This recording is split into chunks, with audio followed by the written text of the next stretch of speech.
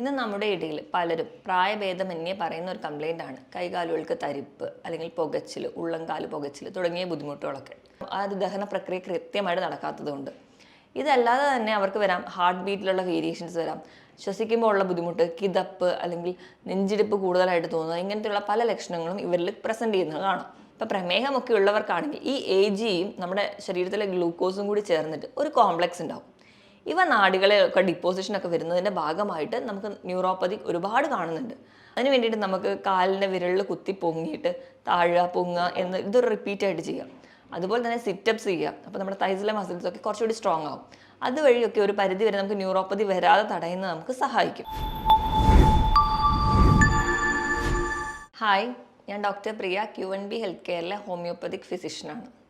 ഇന്ന് നമ്മുടെ ഇടയിൽ പലരും പ്രായഭേദമന്യേ പറയുന്ന ഒരു കംപ്ലൈൻ്റ് ആണ് കൈകാലുകൾക്ക് തരിപ്പ് അല്ലെങ്കിൽ പുകച്ചിൽ, ഉള്ളംകാല് പുകച്ചിൽ തുടങ്ങിയ ബുദ്ധിമുട്ടുകളൊക്കെ. ഒരു കാലഘട്ടം വരെ ഇത് പ്രായമായവരിൽ മാത്രമായിരുന്നു കണ്ടുവരുന്നത്. പക്ഷേ ഇന്ന് പല ജീവിതശൈലി രോഗങ്ങളും ഇങ്ങനെ മുളച്ച് വരുന്നത് കൊണ്ടാവണം ഇന്ന് പല പ്രായക്കാരിലും ഇത് കോമൺ കണ്ടീഷനായി മാറിയിട്ടുണ്ട്. എന്തുകൊണ്ടാണ് ഈ കൈകാലുകൾക്ക് തരിപ്പ് അല്ലെങ്കിൽ മരവിപ്പ് പോലെയുള്ള ബുദ്ധിമുട്ടുകൾ ഉണ്ടാവുന്നത് നമുക്ക് നോക്കാം. അതിന് പ്രധാന കാരണം എന്ന് പറഞ്ഞിട്ടുണ്ടെങ്കിൽ നമുക്ക് ഈ തരിപ്പോ അല്ലെങ്കിൽ പുകച്ചിലോ അല്ലെങ്കിൽ വിറയൽ പോലുള്ള ബുദ്ധിമുട്ടുകളൊക്കെ ഉണ്ടാവണമെങ്കിൽ പ്രധാനമായും നമ്മുടെ ശരീരത്തിലെ നാഡികളെ ബാധിക്കുന്നത് കൊണ്ടാണ്. ഇന്ന് ഈ വീഡിയോയിലൂടെ നമുക്ക് നാഡികളെ ബാധിക്കുന്ന രോഗങ്ങളും അല്ലെങ്കിൽ ന്യൂറോപ്പതിയുടെ ചെറിയൊരു അവലോകനങ്ങൾ നമുക്ക് നടത്താം. എന്താണ് ന്യൂറോപ്പതി എന്ന് നമുക്ക് നോക്കാം. ന്യൂറോപ്പതി എന്ന് പറയുമ്പോൾ പ്രധാനമായും നമ്മുടെ ശരീരത്തിലുള്ള നാഡികളെ ബാധിക്കുന്ന രോഗങ്ങൾ. നാഡികളെ മാത്രമല്ല, നാഡികൾക്ക് ഒരു ആവരണം പോലെ ചില കോശങ്ങളുണ്ട്, ഗ്ലയൽ സെൽസ് എന്നാണ് അതിനെ പറയുക. അവരെ ബാധിക്കുന്ന രോഗങ്ങളെയും നമുക്ക് ന്യൂറോപ്പതിയിൽ പെടുത്താം. നമ്മുടെ ശരീരത്തിൽ ഏകദേശം 7 ട്രില്യണോളം നാഡികളുണ്ട്. അതായത് പലതരത്തിലുള്ള നാഡികളുണ്ട്. നമ്മുടെ ശരീരത്തിലെ ഓരോ മെസ്സേജുകളും അടുത്തൊരു കോശങ്ങളിലേക്കോ അല്ലെങ്കിൽ മറ്റൊരു അവയവങ്ങളിലേക്കോ പാസ് ചെയ്യുന്നതൊക്കെ ഈ നാഡികളിലൂടെയാണ്. നമ്മുടെ ശരീരത്തിലെ എല്ലാ ഭാഗങ്ങളിലേക്കും ഈ നാഡികൾ സ്പ്രെഡ് ചെയ്തിട്ടുണ്ട്. ഇങ്ങനെ പലതരത്തിലുള്ള ന്യൂറോപ്പതികളാണ് ഇന്ന് നമ്മൾ കാണുന്നത്. അത് നമുക്ക് പല കാരണങ്ങൾ കൊണ്ടുണ്ടാവുന്നുണ്ട്. ആദ്യം നമുക്ക് എന്തൊക്കെ കാരണങ്ങൾ കൊണ്ടാണ് പ്രധാനമായും ന്യൂറോപ്പതി ഉണ്ടാവുന്നത് നോക്കാം. ഒരു പരിധി വരെ പ്രായമാകുമ്പോൾ നമുക്കറിയാം നമ്മുടെ കോശങ്ങളും നമ്മുടെ ശരീരത്തിലെ പല അവയവങ്ങളും അല്ലെങ്കിൽ നമ്മുടെ ശരീരത്തിലെ നാഡികളും ഒക്കെ ഒരു വെയർ ആൻഡ് ടിയർ, അതായത് തേയ്മാനവും അതുകൊണ്ടുണ്ടാകുന്ന പല ഡീജനറേഷൻസും കാണാറുണ്ട്. അതിൻ്റെ ഭാഗമായിട്ട് ഒരു പരിധി വരെ നാഡികൾ സംബന്ധിക്കുന്ന രോഗങ്ങൾ ഉണ്ടാവാറുണ്ട്. ഇത് കൂടാതെ തന്നെ നമ്മുടെ ജീവിതശൈലി രോഗങ്ങളായ പ്രമേഹം അല്ലെങ്കിൽ ഉയർന്ന രക്തസമ്മർദ്ദം അല്ലെങ്കിൽ കൊളസ്ട്രോൾ കൂടി നിൽക്കുന്ന കണ്ടീഷനിലൊക്കെ ആ ഒരു നാഡികളുടെ പ്രവർത്തനം കൃത്യമായി നടക്കാതെ വരുന്നു. അതിൻ്റെ ഭാഗമായിട്ട് നമുക്ക് ഈ തരത്തിൽ തരിപ്പോ മരവിപ്പോ പോലെയുള്ള ബുദ്ധിമുട്ടുകൾ ഉണ്ടാകുന്നത്. ഇത് കൂടാതെ പോഷകാഹാരത്തിൻ്റെ കുറവ് മൂലം പ്രധാനമായിട്ടും നമ്മൾ പറയുകയാണെങ്കിൽ വൈറ്റമിൻ B12 കുറവുണ്ട്, അല്ലെങ്കിൽ വൈറ്റമിൻ D അതുപോലെ തന്നെ വളരെ പ്രധാനപ്പെട്ട ഒന്നാണ്. അവയുടെയൊക്കെ കുറവ് മൂലം നമുക്കിന്ന് ഒരുപാട് പേർക്കും കാലുകൾക്ക് തരിപ്പ് അല്ലെങ്കിൽ ഇങ്ങനെ നാഡി സംബന്ധമായ രോഗങ്ങൾ ഉണ്ടാകുന്നുണ്ട്.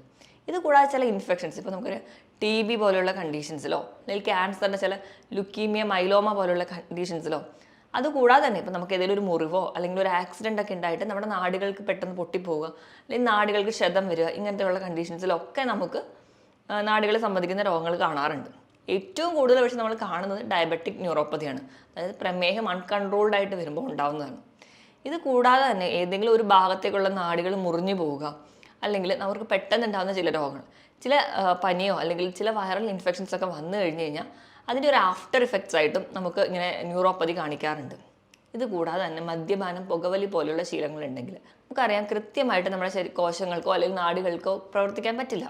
കാരണം ഇവയിലുണ്ടാകുന്ന ഈ ടോക്സിക് മെറ്റീരിയൽസ് കൃത്യമായിട്ട് അവരുടെ പ്രവർത്തനം നടത്താൻ സമ്മതിക്കില്ല. അതിൻ്റെ ഭാഗമായിട്ട് നമുക്ക് കാലുകൾക്ക് തരിപ്പ്, മരവിപ്പ് അല്ലെങ്കിൽ ഇങ്ങനെ പലതരത്തിലുള്ള ന്യൂറോപ്പതിയുടെ ലക്ഷണങ്ങൾ കാണിക്കാറുണ്ട്. ഇതിനോടൊപ്പം തന്നെ ചില വാദസംബന്ധമായ രോഗങ്ങൾ, ഇപ്പം ആമവാദം പോലെയുള്ള അല്ലെ SLE പോലെയുള്ള കണ്ടീഷൻ ഉള്ളവർക്ക് ചില മരുന്നുകൾ കണ്ടിന്യൂസ് ആയിട്ട് ഉപയോഗിക്കുന്നതിൻ്റെ ഒരു സൈഡ് എഫക്റ്റ് ആയിട്ട് ഇവയിൽ ഒക്കെ ഈ ഒരു നാഡികളുടെ രോഗങ്ങൾ ഉണ്ടാവുന്നതായിട്ട് നമുക്ക് കാണാം. പ്രധാനമായിട്ടും ഈ ഒരു ന്യൂറോപ്പതിയെ നമ്മൾ 4 ആയിട്ടാണ് ഡിവൈഡ് ചെയ്തിരിക്കുന്നത്. 4 ഏതൊക്കെയാണെന്ന് നോക്കിക്കഴിഞ്ഞാൽ peripheral neuropathy, autonomic neuropathy, focal neuropathy and cranial neuropathy. ആദ്യം നമുക്ക് പെരിഫറൽ ന്യൂറോപ്പതി എന്താണെന്ന് നോക്കാം. പെരിഫറൽ ന്യൂറോപ്പതി എന്ന് പറയുമ്പോൾ നമുക്കറിയാം നമ്മുടെ ഒരു നാഡീ വ്യവസ്ഥ എന്ന് പറയുമ്പോൾ നമ്മുടെ തലച്ചോറിൽ നിന്ന് ഉണ്ടാവുന്ന ഒരുപാട് ചെറിയ ചെറിയ നാഡികൾ ഉണ്ടാവാം.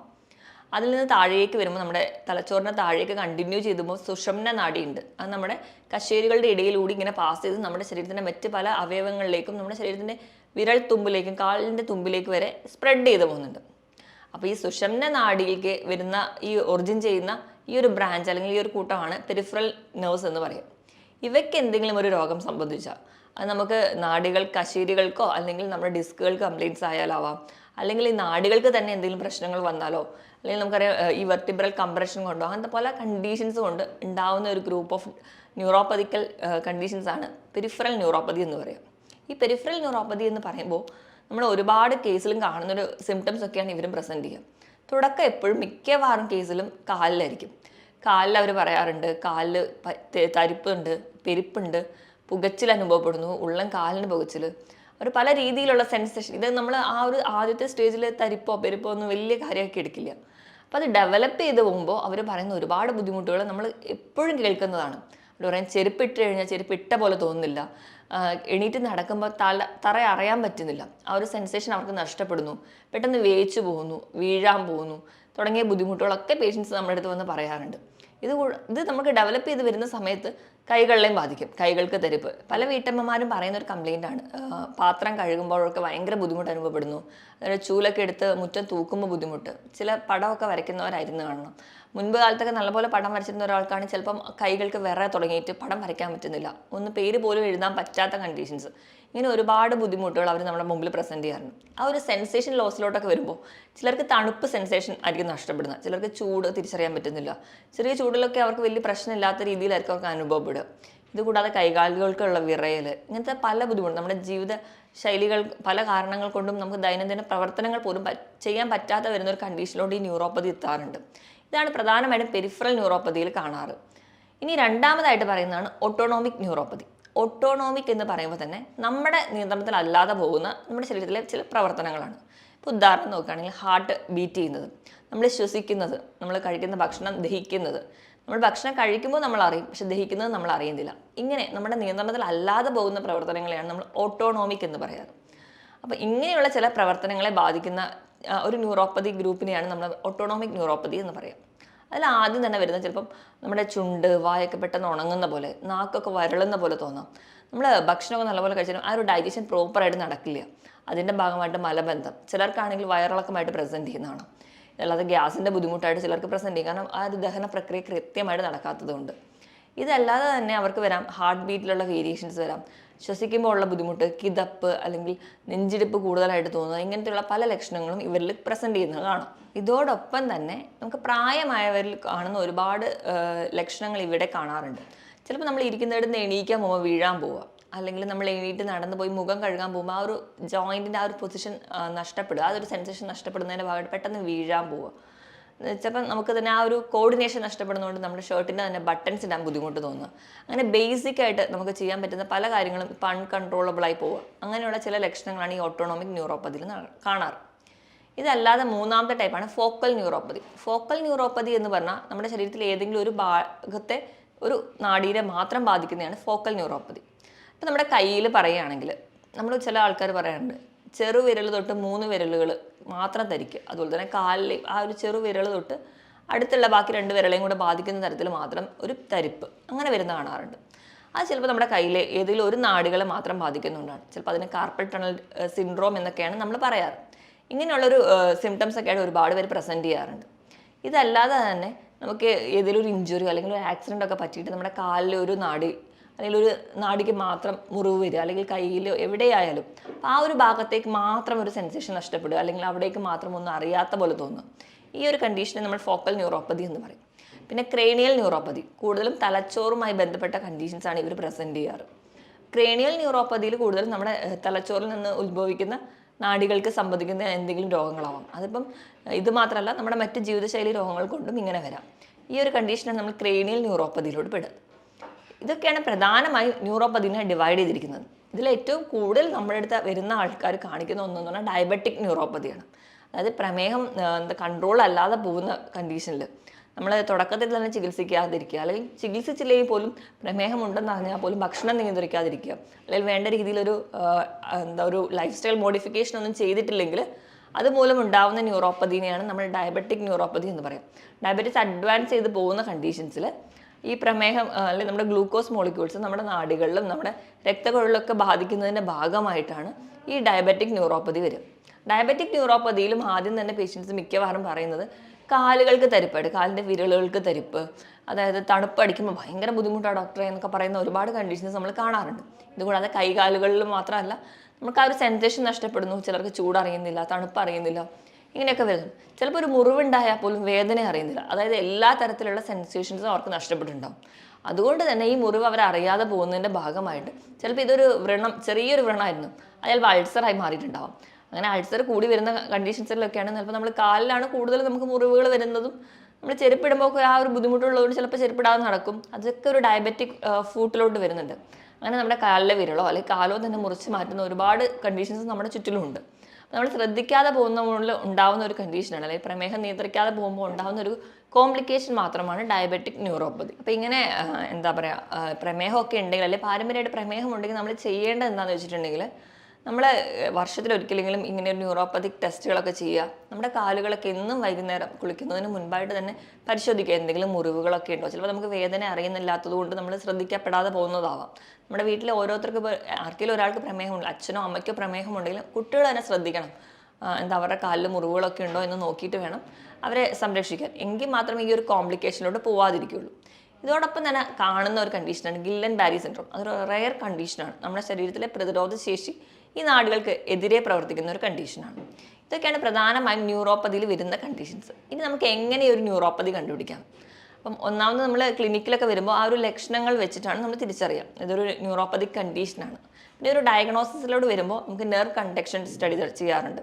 ഇത് ആ നാടുകളിലൂടെ മെസ്സേജ് പാസ് ചെയ്യുന്നത് അനുസരിച്ചിട്ട്. പിന്നെ ഇലക്ട്രോ മയോഗ്രാം ചെയ്യാറുണ്ട്, അതായത് നാടുകളിൽ നിന്ന് പേശികളിലോട്ട് എങ്ങനെ മെസ്സേജ് പാസ് ചെയ്യുന്നു എന്നൊക്കെ നോക്കിയിട്ടുണ്ട്. ഇനി മറ്റ് രോഗങ്ങളുമായി ബന്ധപ്പെട്ടിട്ടാണ് വരുന്നതെങ്കിൽ നമ്മൾ അതിന് വേണ്ടിയിട്ടുള്ള സ്ക്രീനിങ് ടെസ്റ്റും കൂടി ചെയ്യാറുണ്ട്. പ്രമേഹ രോഗികൾക്കാണെങ്കിൽ നമ്മൾ അതിനുവേണ്ടി HbA1c അല്ലെങ്കിൽ മറ്റ് ടെസ്റ്റുകൾക്കോ വേണ്ടി വിടും. BP ഉയർന്ന, തൈറോയിഡിൻ്റെ മൂലം അല്ലെങ്കിൽ കൊളസ്ട്രോൾ കൂടുതൽ അല്ലെങ്കിൽ അങ്ങനെ മറ്റ് രോഗങ്ങൾ കൊണ്ടാണ് വരുന്നതെങ്കിൽ നമ്മൾ അതിനു വേണ്ടി റിലേറ്റഡ് ആയിട്ടുള്ള ടെസ്റ്റുകൾ നിർബന്ധമായും ചെയ്താൽ മാത്രമേ ഈ ന്യൂറോപ്പതി കംപ്ലീറ്റ് ആയിട്ട് നമുക്കൊന്ന് കൺട്രോൾ ചെയ്യാൻ പറ്റുള്ളൂ. ഇനി നമ്മൾ മാനേജ്മെൻറ്റ് സൈഡിലോട്ട് വരുമ്പോൾ നമുക്കറിയാം നമ്മുടെ ജീവിതശൈലി രോഗങ്ങൾ ചിലതെല്ലാം നമുക്കിന്ന് ന്യൂറോപ്പതി കണ്ടീഷൻസ് ഉണ്ടാക്കുന്നുണ്ടെന്ന്. അപ്പോൾ നമ്മൾ അവോയ്ഡ് ചെയ്യുന്ന ഭക്ഷണങ്ങൾ നോക്കുമ്പോൾ ഞാൻ ഈ പറഞ്ഞ രീതിയിൽ ഇപ്പം എന്തെങ്കിലും ഒരു കാരണങ്ങൾ ഉള്ളവരാണെങ്കിൽ, ഇപ്പം ഡയബറ്റീസോ അല്ലെങ്കിൽ BP, തൈറോയിഡ്, കൊളസ്ട്രോൾ പോലെയുള്ള ജീവിതശൈലി രോഗങ്ങൾ ഉള്ളവരാണെങ്കിൽ അത് ആദ്യം നിയന്ത്രിക്കുക. അത് നിയന്ത്രിക്കുമ്പോൾ തന്നെ ഒരു പരിധി വരെ നമുക്ക് ഈ കണ്ടീഷൻസ് ഒക്കെ കൺട്രോൾ ചെയ്യാൻ പറ്റും. അപ്പോൾ അതിന് വേണ്ടി തന്നെയുള്ള ലൈഫ് സ്റ്റൈൽ മോഡിഫിക്കേഷൻ നടത്തുക. ഇപ്പം ഒരുപാട് വീഡിയോസിലൂടെ തന്നെ എങ്ങനെ കൊളസ്ട്രോൾ നിയന്ത്രിക്കാം അല്ലെങ്കിൽ എങ്ങനെ പ്രമേഹം നിയന്ത്രിക്കാം എന്നൊക്കെ നമ്മൾ കണ്ടിട്ടുണ്ട്. വീണ്ടും അത് ഞാൻ റിപ്പീറ്റ് ചെയ്യുന്നില്ല. അപ്പം അതിനോടൊപ്പം തന്നെ അല്ലെങ്കിൽ നമ്മൾ അന്നജം കുറയ്ക്കുന്നതിനോടൊപ്പം അല്ലെങ്കിൽ മധുരം കുറയ്ക്കുന്നതിനോടൊപ്പം തന്നെ നമ്മൾ ഒഴിവാക്കേണ്ട ഏറ്റവും പ്രധാനപ്പെട്ട ഭക്ഷണം എന്ന് പറയുന്നത് നമ്മുടെ ഫാറ്റി ഫുഡ് അല്ലെങ്കിൽ ഒരുപാട് ജങ്ക് ഫുഡ് കഴിക്കുന്നവരാണെങ്കിൽ അതൊന്ന് കൺട്രോൾ ചെയ്യാം. നമ്മൾ ചെറുപ്പത്തിലെ ആ ഒരു ശീലമുള്ളവരാണെങ്കിൽ അത് ആദ്യം തന്നെ കൺട്രോൾ ചെയ്യുകയാണെങ്കിൽ ഒരു പരിധി വരെ കൺട്രോൾ ചെയ്യാൻ പറ്റും. കാരണം ഈ ഒരു ജങ്ക് ഫുഡ് എന്ന് പറയുമ്പോൾ അതിലുണ്ടാകുന്ന ഒരു എന്ന് പറഞ്ഞാൽ advanced glycation end product, AGE എന്ന് പറയുന്ന ഒരു പ്രൊഡക്റ്റ് ഉണ്ടാവുന്നുണ്ട്. അതായത് നമ്മൾ ഗ്രിൽഡ് ചിക്കനോ അല്ലെങ്കിൽ പ്രോസസ്ഡ് ഫുഡുകളൊക്കെ കഴിക്കുമ്പോൾ ഇതിൽ നിന്ന് നമ്മുടെ ശരീരത്തിലേക്ക് എത്തുന്ന ഒരു വസ്തുവാണ് AGE. ഇപ്പോൾ പ്രമേഹമൊക്കെ ഉള്ളവർക്കാണെങ്കിൽ ഈ AGEയും നമ്മുടെ ശരീരത്തിലെ ഗ്ലൂക്കോസും കൂടി ചേർന്നിട്ട് ഒരു കോംപ്ലക്സ് ഉണ്ടാവും. ഇവ നാഡികളെയൊക്കെ ഡിപ്പോസിഷനൊക്കെ വരുന്നതിൻ്റെ ഭാഗമായിട്ട് നമുക്ക് ന്യൂറോപ്പതി ഒരുപാട് കാണുന്നുണ്ട്. അതുകൊണ്ട് നമ്മൾ ഏറ്റവും ബേസിക് ആയിട്ട് ഈ ജങ്ക് ഫുഡും അല്ലെങ്കിൽ ഇങ്ങനെ ഒരുപാട് ഫാറ്റ് ആയിട്ടുള്ള ഫുഡും അല്ലെങ്കിൽ ഗ്രിൽഡ് ഭക്ഷണങ്ങളും നമ്മൾ ബാർബിക്യൂ പോലെയുള്ള ഭക്ഷണങ്ങളൊക്കെ കഴിക്കുന്നവരാണെങ്കിൽ അത് ആദ്യം ബേസിക്കലി കുറയ്ക്കും. അതിനോടൊപ്പം നമ്മുടെ അടിസ്ഥാനപരമായിട്ടുള്ള എന്ത് കാരണങ്ങൾ കൊണ്ടാണ് നമുക്ക് ന്യൂറോപ്പതി ഉണ്ടായതെന്ന് തിരിച്ചറിഞ്ഞ് അതുകൂടി റെഗുലേറ്റ് ചെയ്യുകയാണെങ്കിൽ ഒരു പരിധി വരെ നമുക്ക് കുറയ്ക്കാൻ പറ്റും. ഇനി നമ്മൾ എന്തൊക്കെ ഭക്ഷണം കഴിച്ചാലാണ് നമ്മുടെ നാടുകളുടെ പ്രവർത്തനം മെച്ചപ്പെടുത്താൻ പറ്റുക എന്ന് നോക്കാം. അതിന് ഒന്നാമത്തേതായിട്ട് പറയുന്നതാണ് alpha lipoic acid. Alpha lipoic acid എന്ന് പറയുമ്പോൾ നല്ലൊരു ആൻറ്റി ഓക്സിഡൻ്റ് ആണ്. ആൻറ്റി ഓക്സിഡൻ്റ് എന്ന് പറഞ്ഞാൽ നമ്മുടെ ശരീരത്തിൽ നമ്മുടെ കോശങ്ങളെയോ അല്ലെങ്കിൽ നാഡികളെയോ അല്ലെങ്കിൽ നമ്മുടെ മസിലുകളെയോ ഒക്കെ നശിപ്പിക്കുന്ന ഓക്സിഡേഷൻ പ്രവർത്തനങ്ങളെ തടയുന്നവരാണ് ആൻറ്റി ഓക്സിഡൻസ്. ഇവ കൂടുതലായിട്ടും കാണുന്നത് നമ്മുടെ ബീഫിൻ്റെയൊക്കെ ലിവറിൽ അല്ലെങ്കിൽ മട്ടൻ്റെയൊക്കെ ലിവറിൽ കാണുന്നുണ്ട്, ചെറിയ മത്സ്യങ്ങളിലും നട്ട്സിലും ഒക്കെ കാണുന്നുണ്ട്. ഇവ അധികമായിട്ട് കഴിക്കാൻ വേണ്ടി ശ്രദ്ധിക്കുക. ആഴ്ചയിൽ ഒരു 3-4 ദിവസമെങ്കിലും ഇവ കഴിക്കുകയാണ്. മറ്റ് രോഗങ്ങളൊന്നും ഇല്ലാത്തവരാണെങ്കിൽ ഇത് കഴിക്കുന്നത് നിങ്ങളുടെ നാടുകളുടെ പ്രവർത്തനം മെച്ചപ്പെടുത്തും. രണ്ടാമതായിട്ട് വൈറ്റമിൻ B2 അല്ലെങ്കിൽ തൈമിൻ. ഇവ കൂടുതലായിട്ടും കാണുന്നത് തവിടുള്ള ധാന്യങ്ങളിലാണ്. അതോടൊപ്പം തന്നെ നമ്മൾ ഇലക്കറികളൊക്കെ കഴിക്കുക, നല്ലപോലെ മുട്ടയൊക്കെ കഴിക്കുക. ഇവ സ്ഥിരമായി കഴിക്കുകയാണെങ്കിൽ നമുക്കൊരു പരിധി വരെ, അതായത് ഇപ്പം കറുത്ത ഒരു തരത്തിലുള്ള വലിയ പയർ വർഗ്ഗങ്ങളൊക്കെ ഉണ്ട്, അവയിലൊക്കെ ഈ വൈറ്റമിൻ B1 ധാരാളമായിട്ടുണ്ട്. വൈറ്റമിൻ B1ൻ്റെ ഒരു അഭാവം കൊണ്ടുണ്ടാകുന്ന ന്യൂറോപ്പതി ആണെങ്കിൽ അത് നമ്മൾ ഇത് കഴിക്കുന്നതിലൂടെ മാറുന്നതാണ്.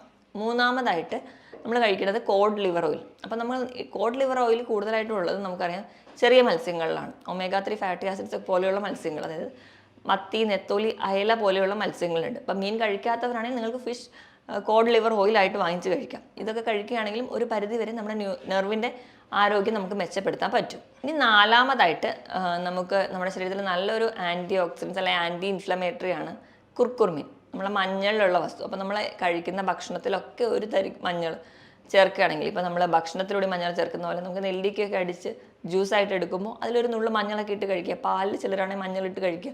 ഇവയൊക്കെ ചെല്ലുമ്പോൾ നമ്മുടെ ശരീരത്തിലെ അല്ലെങ്കിൽ നമ്മുടെ നാടുകളിലെയും കോശങ്ങളിലൊക്കെ ഉണ്ടാകുന്ന നീർക്കെട്ട് മാറുന്നതായിട്ട് കാണാം. കുർക്കുമിൻ നല്ലൊരു ഓപ്ഷനാണ്. അടുത്തതായിട്ട് സിങ്ക് സ്ഥിരമായിട്ട് കഴിക്കണമെങ്കിൽ അതും നമുക്ക് നാടുകളുടെ പ്രവർത്തനം മെച്ചപ്പെടുത്തും. അതിനായിട്ട് നിങ്ങൾ ചെറിയ മത്സ്യങ്ങൾ കഴിക്കുക, ഷെല്ലുള്ള മത്സ്യങ്ങൾ, അതായത് ഞണ്ട്, കൊഞ്ച്, കക്ക പോലുള്ള മത്സ്യങ്ങളൊക്കെ സ്ഥിരമായിട്ട് കഴിക്കുക, ബീഫ് കഴിക്കുക. ഇവയൊക്കെ കഴിക്കുന്നത് വഴി നമുക്ക് സിങ്കിൻ്റെ പ്രൊഡക്ഷൻ കൂട്ടുന്നതായിട്ട് കാണാം. പിന്നെ വൈറ്റമിൻ B12 ധാരാളമായിട്ടും ഇലക്കറികളിലാണ്. ഇവയും സ്ഥിരമായിട്ട് കഴിക്കുകയാണെങ്കിൽ നമുക്കൊരു പരിധിവരെ ഈ ന്യൂറോപ്പതി റിലേറ്റഡ് ആയിട്ടുള്ള കംപ്ലയിൻറ്റ്സ്, കാലിൽ തരിപ്പ്, പെരുപ്പ് പോലുള്ള ബുദ്ധിമുട്ടുകൾ മാറാൻ പറ്റും.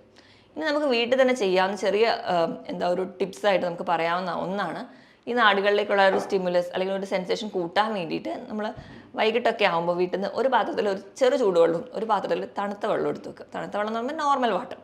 കാല് രണ്ടിലും മാറി മാറി മുക്കുക. ഒരു 5 സെക്കൻഡ് നമ്മൾ തണുത്ത വെള്ളത്തിൽ മുക്കുകയാണെങ്കിൽ അടുത്തതായിട്ട് ചൂടുവെള്ളത്തിൽ മുക്കുക. അങ്ങനെ കാല് മാറി മാറി മുക്കുമ്പോൾ ആ ഒരു സെൻസേഷൻ അല്ലെങ്കിൽ ആ ഒരു സ്റ്റിമുലസ് നമുക്ക് കൂട്ടാൻ പറ്റും. ഇതുപോലെ തന്നെ കാലിന് ഇടയ്ക്കിടയ്ക്ക് നല്ല മസാജ് ചെയ്ത് കൊടുക്കുക, നല്ല രീതിയിലുള്ള വ്യായാമം കൊടുക്കുക. അതുപോലെ തന്നെ പ്രധാനമാണ് നമ്മുടെ കാലിലെ വണ്ണയ്ക്കുള്ള മസിൽസ്, അതായത് കാഫ് മസിൽസ്, നമ്മുടെ തൈസിലുള്ള മസിൽസിനൊക്കെ കുറച്ചുകൂടി സ്ട്രോങ് ആക്കുക. ഇതൊക്കെ നമ്മൾ ഒരു ചെറുപ്പം തൊട്ടേ തുടങ്ങുകയാണെങ്കിൽ നമുക്ക് നമ്മുടെ മസിൽസിന് ആ ഒരു പ്രോപ്പർ കൺട്രാക്ഷനും റിലാക്സേഷനും ഒക്കെ നടക്കും. അപ്പോൾ നമ്മുടെ ബ്ലഡ് സപ്ലൈ, നെർവ് സപ്ലൈ ഒക്കെ കൃത്യമായിട്ട് നടക്കുന്നതായിട്ട് കാണാം. അതിന് വേണ്ടിയിട്ട് നമുക്ക് കാലിൻ്റെ വിരലിൽ കുത്തി പൊങ്ങിയിട്ട് താഴുക, പൊങ്ങുക എന്ന് ഇതൊരു റിപ്പീറ്റായിട്ട് ചെയ്യാം. അതുപോലെ തന്നെ സിറ്റപ്സ് ചെയ്യുക. അപ്പോൾ നമ്മുടെ തൈസിലെ മസിൽസൊക്കെ കുറച്ചുകൂടി സ്ട്രോങ് ആവും. അതുവഴിയൊക്കെ ഒരു പരിധി വരെ നമുക്ക് ന്യൂറോപ്പതി വരാതെ തടയുന്നത് നമുക്ക് സഹായിക്കും. അതുപോലെ നല്ലപോലെ വെയിൽ കൊള്ളുക. വൈറ്റമിൻ D ഡെഫിഷ്യൻസി ഒക്കെ ഉണ്ടെങ്കിൽ അത് മാറാൻ വേണ്ടിയിട്ട് നല്ലപോലെ വെയിൽ കൊള്ളുക എന്ന് പറയുമ്പോൾ ഒരു 5 മിനിറ്റോ 10 മിനിറ്റോ ആയാലും മതി. രാവിലത്തെയും വൈകിട്ടത്തെയും ഒക്കെ വെയിൽ പറ്റുന്ന പോലെ കൊള്ളുക, നമ്മുടെ സ്കിന്നിൽ വീഴത്തക്ക രീതിയിൽ. എങ്കിൽ മാത്രമേ ഒരു വൈറ്റമിൻ D നമുക്ക് കിട്ടുള്ളൂ. എന്നാൽ മാത്രമേ നമുക്ക് ഇത് മൂലമുണ്ടാകുന്ന ഡെഫിഷ്യൻസിയാണ് നിങ്ങൾക്ക് ന്യൂറോപ്പതി ഉണ്ടാക്കുന്നതെങ്കിൽ അത് മാറ്റാൻ പറ്റുള്ളൂ. ഇങ്ങനെയൊക്കെ ചെയ്തു കഴിഞ്ഞാൽ ഒരു പരിധി വരെ നമുക്ക് കാലുകളിലെ തരിപ്പ്, പുകച്ചിൽ, മരവിപ്പ് പോലെയുള്ള ബുദ്ധിമുട്ടുകൾ മാറുന്നതായിട്ട് കാണാം. മറ്റൊരു ഹെൽത്ത് ടോപ്പിക്കുമായിട്ട് വീണ്ടും കാണുന്നത് വരെ നന്ദി.